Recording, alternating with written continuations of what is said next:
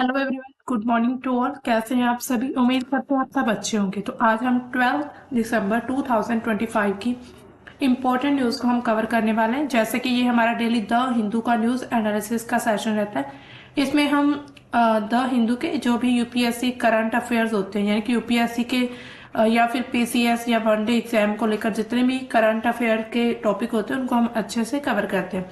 इसमें हमारे जो मेजर सब्जेक्ट रहते हैं polity IR, history art and culture, economy, science and tech, environment and इनके साथ ही एक जियोग्राफी भी हमारा मेजर सब्जेक्ट है।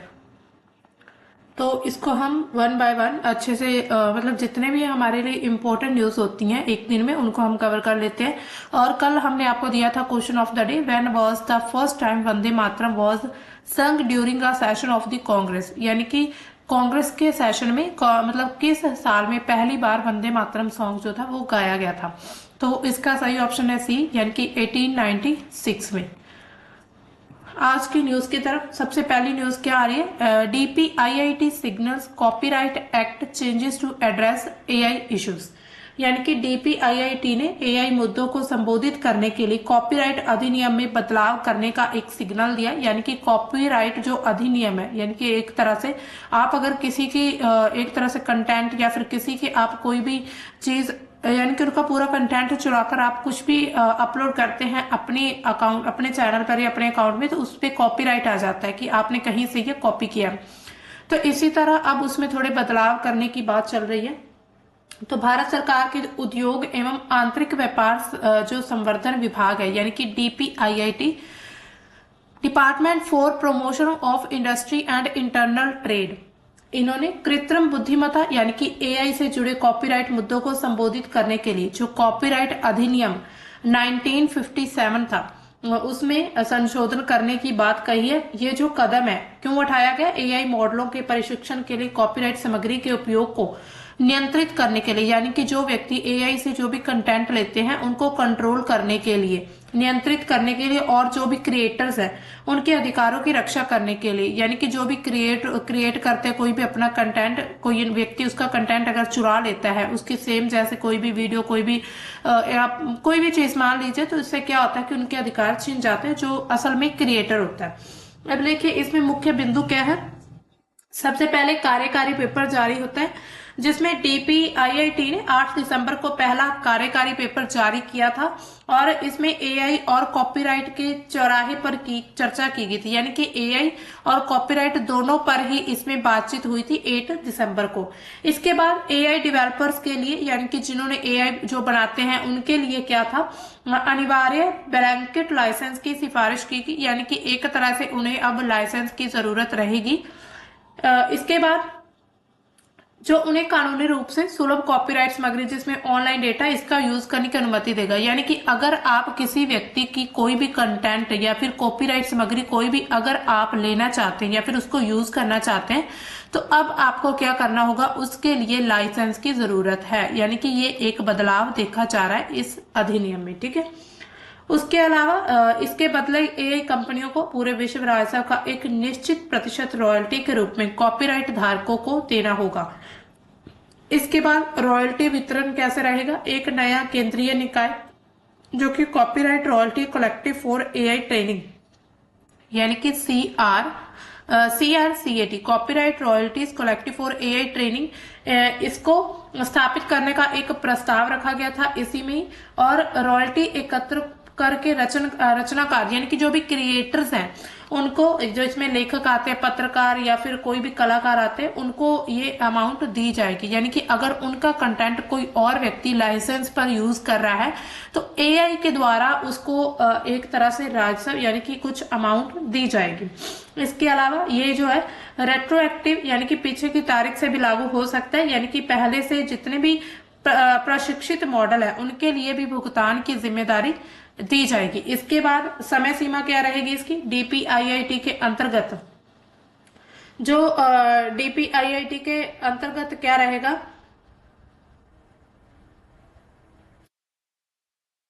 डीपीआईआईटी के जो सचिव हैं हिमानी पांडे, उनके अनुसार क्या कहा गया कि अगले 2 महीनों में दूसरा पेपर जारी किया जाएगा। यानी कि पहला पेपर जो 8 दिसंबर को जारी हुआ, अब दूसरा पेपर जारी किए जाने की संभावना है, जिससे क्या होगा, एआई जो भी एआई जनरेटेड सामग्री होती है उनकी कॉपीराइट योग्यता और जो भी ऑथरशिप है उस पर केंद्रित किया जाएगा। यानी कि एआई से आपने जितना भी कंटेंट लिया उसका ऑथर कौन है, ये सब इसमें ध्यान रहेगा दूसरे पेपर में। इसके बाद संसद में कॉपीराइट अधिनियम जो है संशोधन विधायक लाने की बात कही जाएगी। यानी कि संशोधन विधायक जो है फिर जो है संसद में इसको पारित किया जाएगा। उसके बाद मतलब 3 वर्षों के भीतर इसको लागू करना अनिवार्य होगा और इसके बाद संसद में देखा जाएगा इसको लागू किया जाता है या फिर नहीं। इसके बाद 30 दिनों के लिए हितधारक, जिसमें क्या होगी, नेस्कॉम है, जैसे डिजिटल न्यूज पब्लिशर्स एसोसिएशन, जो कंपनीज वगैरह है, उनसे फीडबैक भी मांगा गया। नेस्कॉम ने इस चीज को लेकर असहमति जताई, यानी कि उन्होंने इसको डिसअप्रूव किया है और इसे नवाचार पर कर बताते हुए मुफ्त डेटा माइनिंग की वकालत की है। उन्होंने कहा कि एक तरह से ये टैक्स लग रहा है नवाचार पर, यानी कि इनिशिएटिव जो भी हो रहा है उस पर आप टैक्स लगाने जैसा काम कर रहे हैं। अब देखिए इस चीज के अगर मान लीजिए ये संशोधन होता है तो इसके फायदे क्या होंगे और नुकसान क्या होंगे। फायदे किसके लिए, अब देखिए भारतीय जो क्रिएटर थे, जिसमें लेखक, कलाकार, संगीतकार, पत्रकार या फिर फोटोग्राफर आते हैं, उनका फायदा क्या रहेगा। पहली बार बड़े पैमाने पर जो है पहली बार बड़े पैमाने पर एआई जो कंपनियां हैं उनसे सीधा पैसा मिलने लग जाएगा उन्हें, क्योंकि उनका जो कंटेंट है कोई और अगर यूज कर रहा है तो उनको पैसा दिया जाएगा। अभी तक उनका डेटा बिना किसी भुगतान के इस्तेमाल किया जा रहा था। इसके अलावा समाचार मीडिया और प्रकाशक जो पब्लिशर्स है उनको क्या होगा, न्यूज आर्टिकल, फोटो, वीडियो से जितनी भी होने वाली कमाई है उसका एक नया स्रोत बन सकता है। इसके बाद जो सरकार या फिर हम सोसाइटी की बात करें तो भारतीय डेटा और संस्कृति की लूट जो है वो रुक सकती है। यानी कि चोरी छुपे कोई अगर किसी का डेटा चुरा रहा है तो उसको कम किया जा सकता है। अब आप लाइसेंस है उसका, एक तरह से आपको परमिशन मिल जाएगी, आप उसको लीगली यूज कर सकते हैं। इसके बाद पूरे विश्व में मिसाल बन सकती है, भारत एक पहला देश बनेगा जो एआई ट्रेनिंग के लिए अनिवार्य रॉयल्टी लागू कर सकता है। लेकिन अब देखिए नुकसान क्या होंगे और किसके होंगे।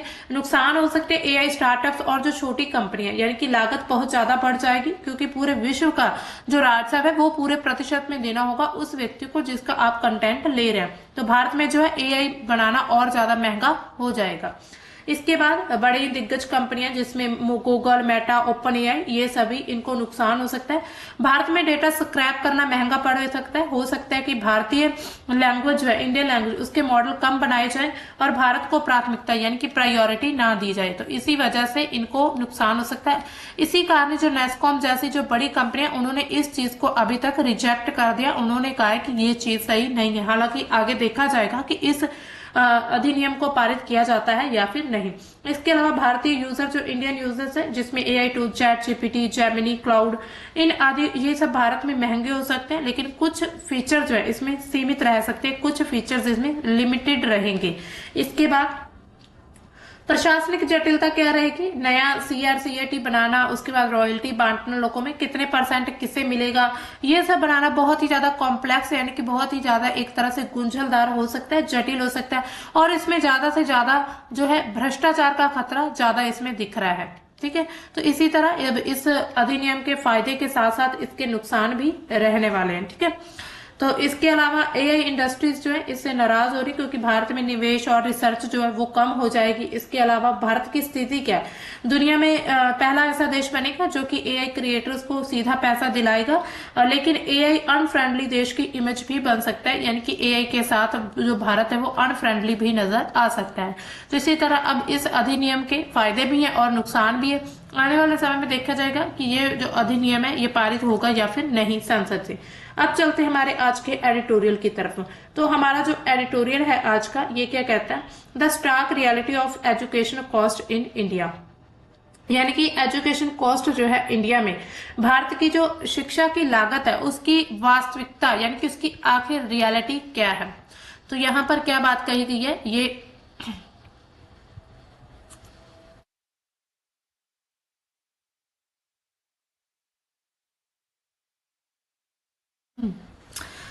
तो इसमें सबसे पहले क्या बात, यहाँ पे आर्टिकल जो है ये 2 व्यक्तियों के द्वारा लिखा गया है।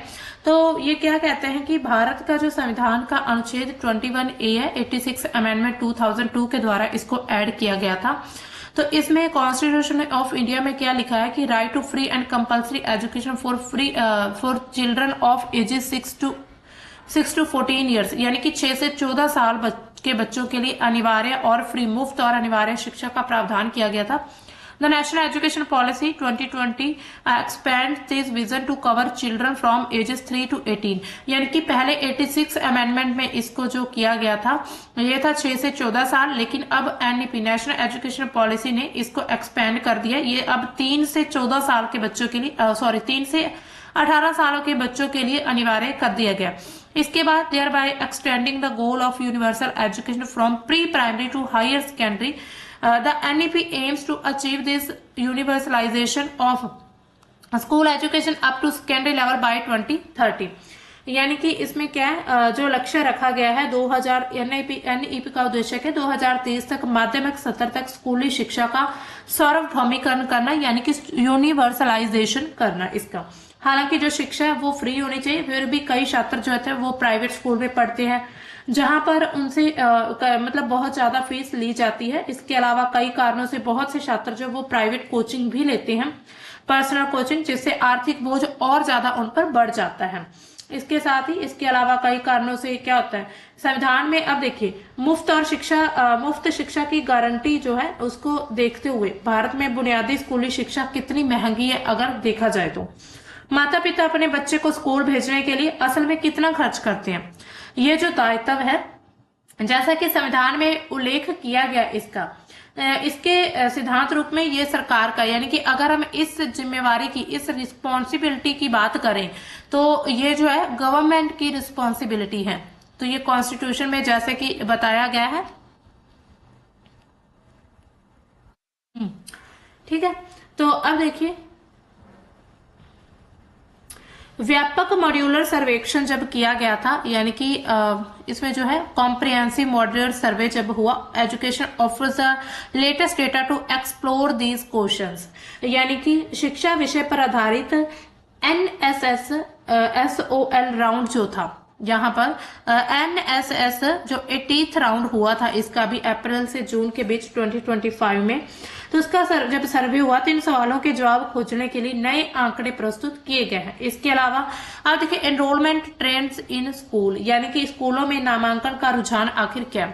At the national level 55.9% of students are enrolled in the government school, यानी कि अगर हम राष्ट्रीय स्तर पर देखें तो सिर्फ 50 करीब, अगर हम देखें नियर अबाउट 56% जो स्टूडेंट है वो ही सिर्फ गवर्नमेंट स्कूल में एडमिशन लेते हैं। इसके अलावा 11.3% प्राइवेट स्कूल एडेड स्कूल में और 31.9% जो वो प्राइवेट अनएडेड स्कूल में लेते हैं।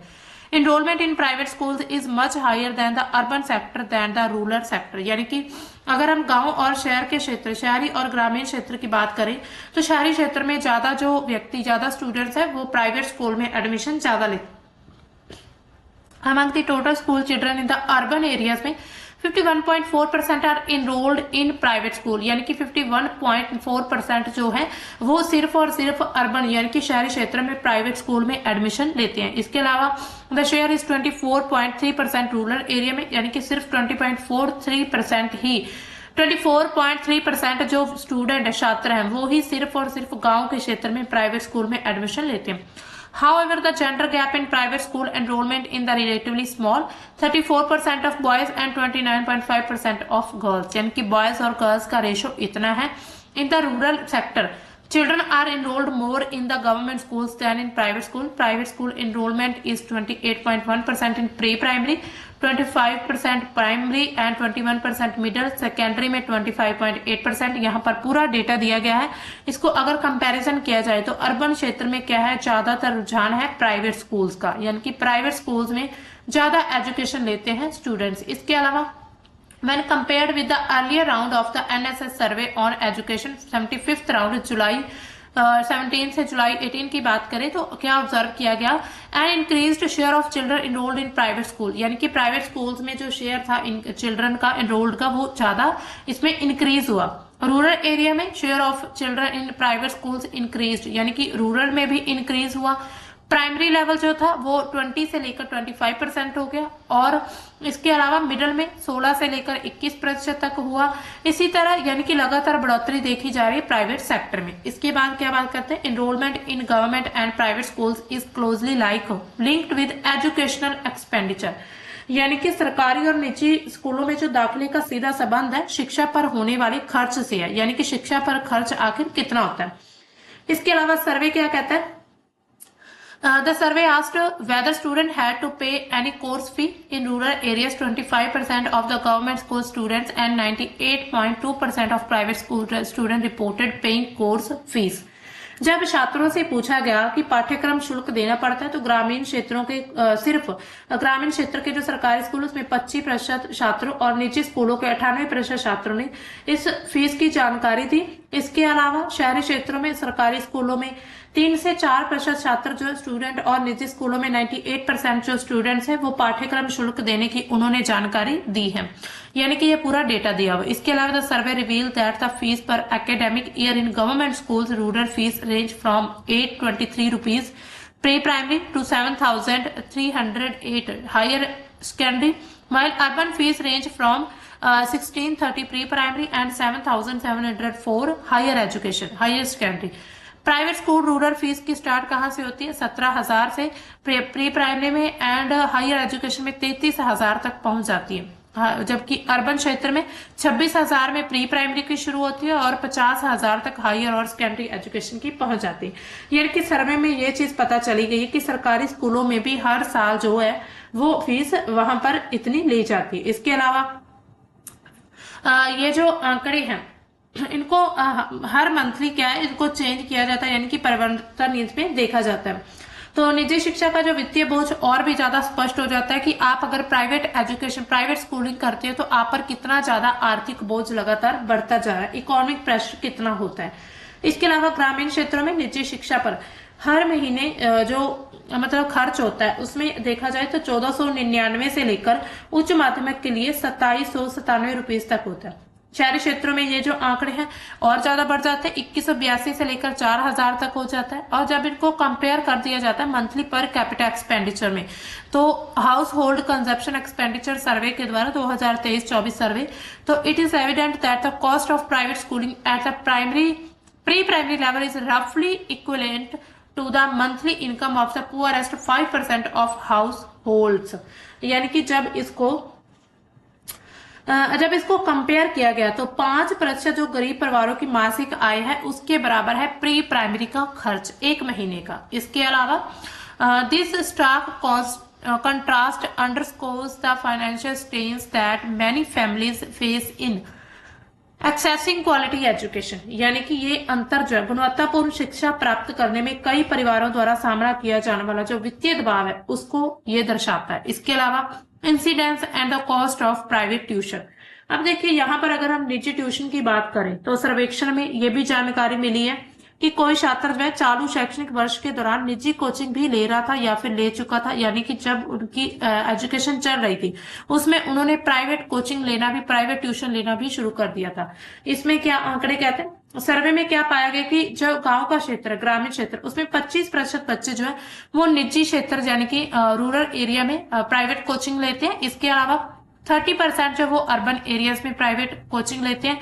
In the rural and urban sector the proportion of students take private tuition increases as we move to lower to higher education level of education, यानी कि जब हम लोअर से हाई लेवल ऑफ एजुकेशन जाते हैं तो उसमें जो प्राइवेट ट्यूशन की फीस होती है वो भी लगातार बढ़ती जाती है। यानी कि जब आप प्री प्राइमरी में एक मंथ की 500 तो नहीं होती 1000 तक आप प्राइवेट फीस 1000 रुपीज दे रहे हैं, उसके बाद जब आप ये प्री प्राइमरी उसके बाद जब आप प्राइमरी में जाएंगे तो ऑटोमेटिकली ये बढ़ जाएगी, या तो 1500 या 2000 के करीब हो जाएगी।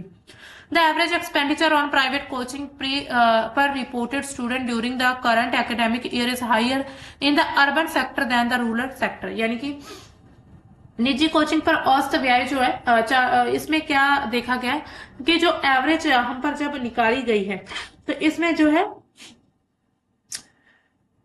शहरी क्षेत्र में जो खर्च है ग्रामीण क्षेत्र की तुलना में ज्यादा है। शहरी क्षेत्र में यहाँ पर 13,026 इन अर्बन एरिया, एक रुपीज है, और 7,000 जो है रूरल एरिया में।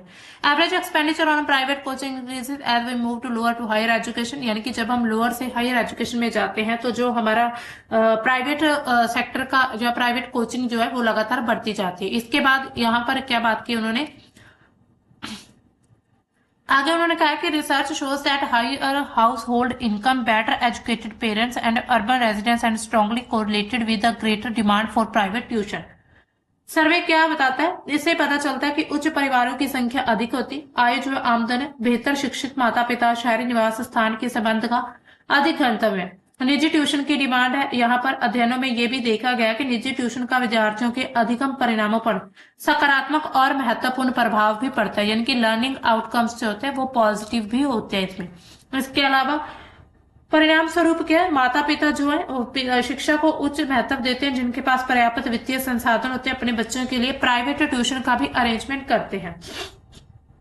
इसी प्रकार निजी स्कूलों में जो नामांकित विद्यार्थी होते हैं उनमें निजी ट्यूशन लेने की प्रवृत्ति जो है विशेष रूप से ज्यादा रहती है, यानी कि प्राइवेट स्कूल में पढ़ने के बावजूद वो ट्यूशन जो है प्राइवेट ट्यूशन रखना पसंद करते हैं, प्रेफर करते हैं। इसी अलावा इसके बाद लेकिन कई शिक्षक जो होते हैं उनको ऐसे बहुत कम मतलब अक्सर बहुत कम योग्य होते हैं, जिनके कारण विद्यार्थी जो है शैक्षणिक सहायता के लिए निजी क्षेत्र पर डिपेंड रहता है। यानी कि कुछ ऐसे टीचर्स भी होते हैं जो अपनी ड्यूटी या फिर हम बात करें पढ़ाने के योग्य इतने नहीं होते कि वो इतना अच्छे से स्टूडेंट्स को नहीं अंडरस्टैंड करा पाते, तो इसी वजह से जो स्टूडेंट है वो प्राइवेट ट्यूशन की तरफ भागता है, यानी कि प्राइवेट कोचिंग लेना वो अपना एक तरह से अधिकार समझता है। इसके बाद स्ट्रेंथन पब्लिकली फंडेड स्कूल्स, जो सरकारी स्कूल है उनको मजबूत बनाना चाहिए। इसमें the findings of the NSS का जब 80th राउंड सर्वे हुआ था उसमें क्या पाया गया, stark reality of education cost in India.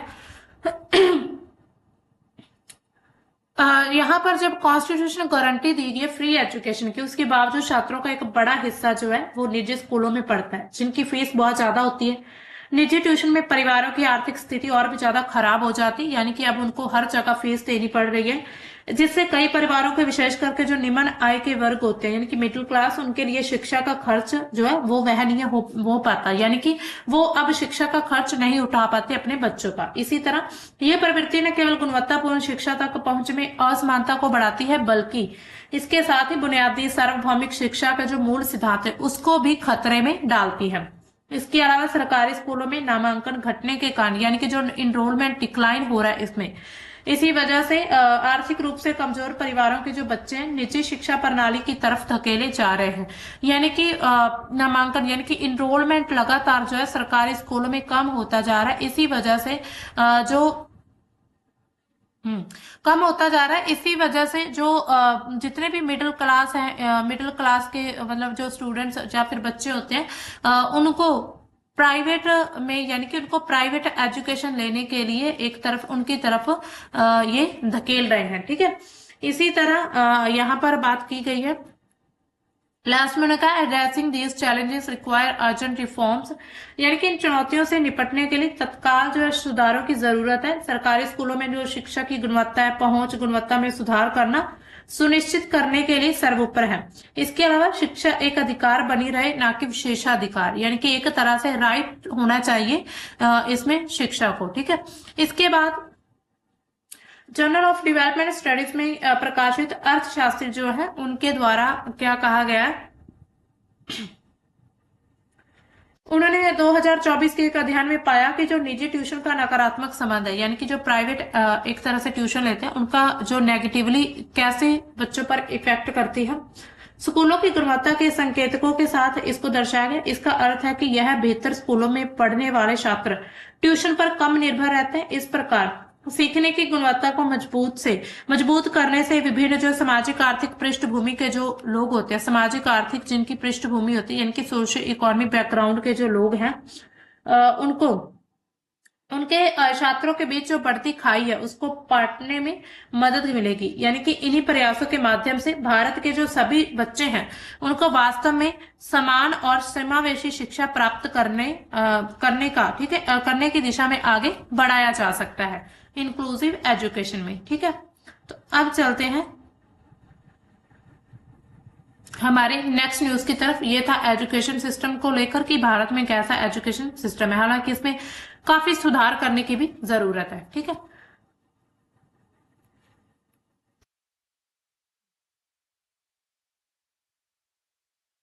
अब देखिए हमारी नेक्स्ट न्यूज क्या आ रही है। इंडिया सेइंग ग्रेट मोमेंटम इन AI, agentic AI developments, Nadella. यानी कि भारत में एआई और एजेंटिक एआई की तैनाती में जबरदस्त तेजी देखी जा रही है। इसमें जबरदस्ती तेजी कैसे, अब देखिए माइक्रोसॉफ्ट के जो चेयरमैन और सीईओ सत्या नडेला ने हाल ही में बेंगलुरु में आयोजित कार्यक्रम के दौरान उन्होंने क्या चीज कही कि भारत में एआई यानी कि आर्टिफिशियल इंटेलिजेंस और एजेंटिक एआई की तैनाती को लेकर उत्साह व्यक्त किया है। इसमें भारत में उन्होंने कहा कि भारत में एआई एजेंटिक एआई एप्लीकेशन की तैनाती की जबरदस्त गति है। उनके बयान के उनका ये बयान जो है भारत के दौरे के दौरान आया है, जहां पर उन्होंने पीएम मोदी से मुलाकात की और उसके बाद माइक्रोसॉफ्ट के 17.5 बिलियन डॉलर के निवेश की घोषणा की है। ये जो निवेश है एशिया में कंपनी का अब तक का सबसे बड़ा निवेश होगा, जो कि एआई इंफ्रास्ट्रक्चर, स्किल डेवलपमेंट, इसके साथ ही जो डिजिटल संप्रभुता है उसको मजबूत करने पर केंद्रित है। अब देखिए एजेंटिक एआई क्या होती है। एजेंटिक एआई एक उन्नत रूप है एआई का।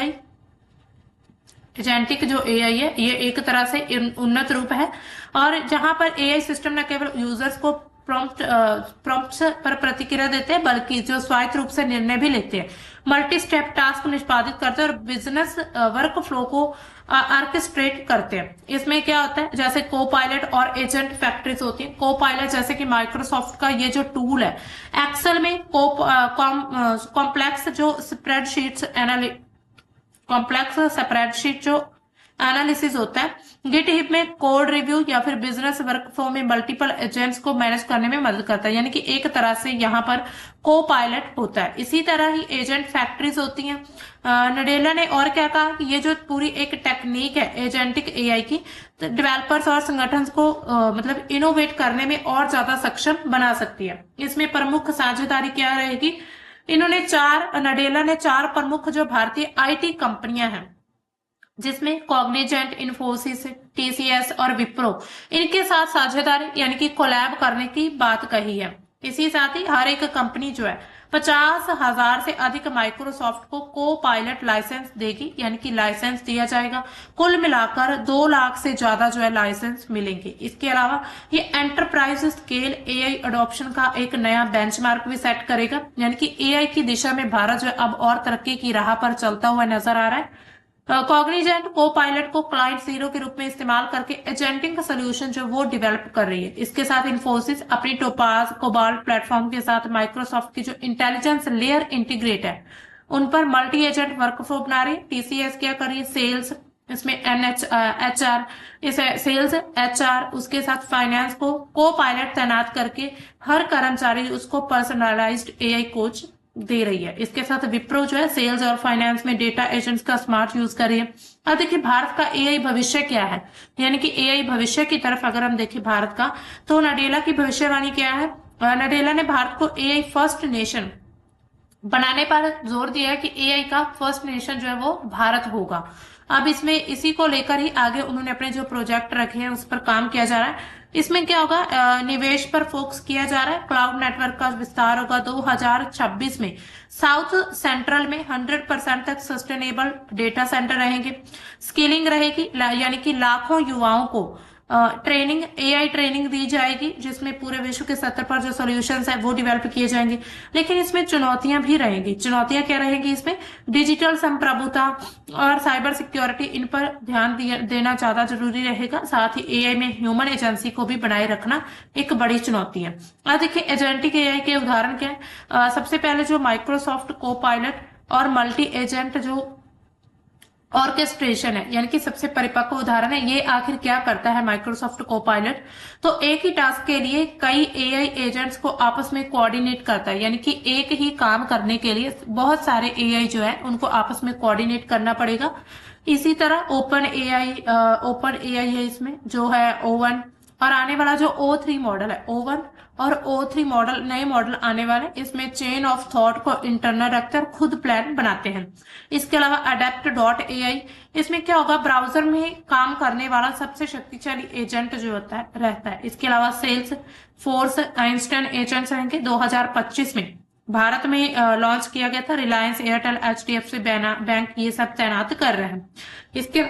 इसके अलावा गूगल प्रोजेक्ट अस्ट्रा है, इसमें जो है कैमरा, माइक, स्क्रीन, इनको एक साथ समझना इसका काम होता है। इसी तरह यानी कि अलग अलग जो काम है चल रहा है। अब देखिए भारत में क्या क्या चल रहा है, जो पायलट प्रोजेक्ट 2025 में चल रहा है उसके अगर हम उदाहरण देखें तो उसमें जो है हैप्टिक, रिलायंस जियो एक ये चल रहा है, उसका येलो AI चल रहा है, उसके सर्वम AI यानी कि भारतीय LLM।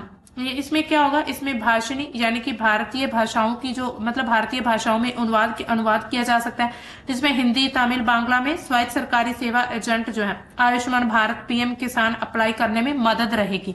तो भाषणी एक ऐसा सॉफ्टवेयर है जिसके जरिए आप भारत की भाषाओं को यानी कि कोई भी आप जो भी आप प्रोजेक्ट लेकर आए हैं, जो भी आप किसी को सहूलत देना चाहते हैं उसको उसकी भाषा में समझाने के लिए भाषणी को विकसित किया गया है। तो इसी तरह यानी कि अगले कुछ महीनों में भारत में बड़े बैंक, ई-कॉमर्स, IT सर्विसेज कंपनियां, ये सब कुछ बड़े पैमाने में यानी कि तैनात होने वाले। अब बहुत बड़ी बड़ी कंपनियां, बहुत बड़े बड़े बैंक जो वो भारत में डिप्लॉय किए जाएंगे, यहाँ पर उनकी एस्टेब्लिशमेंट होगा और ये भारत को AI फर्स्ट नेशन बनाने की तरफ ध्यान देता है। दोस्तों ये थी हमारी आज की न्यूज। अब आपके लिए आज का क्वेश्चन क्या है, in this state MNREGA has been suspended from 3 years. The state is due for election next year. Which is the state? कैसी स्टेट है जिन्होंने मनरेगा को सस्पेंड किया हुआ है 3 साल से?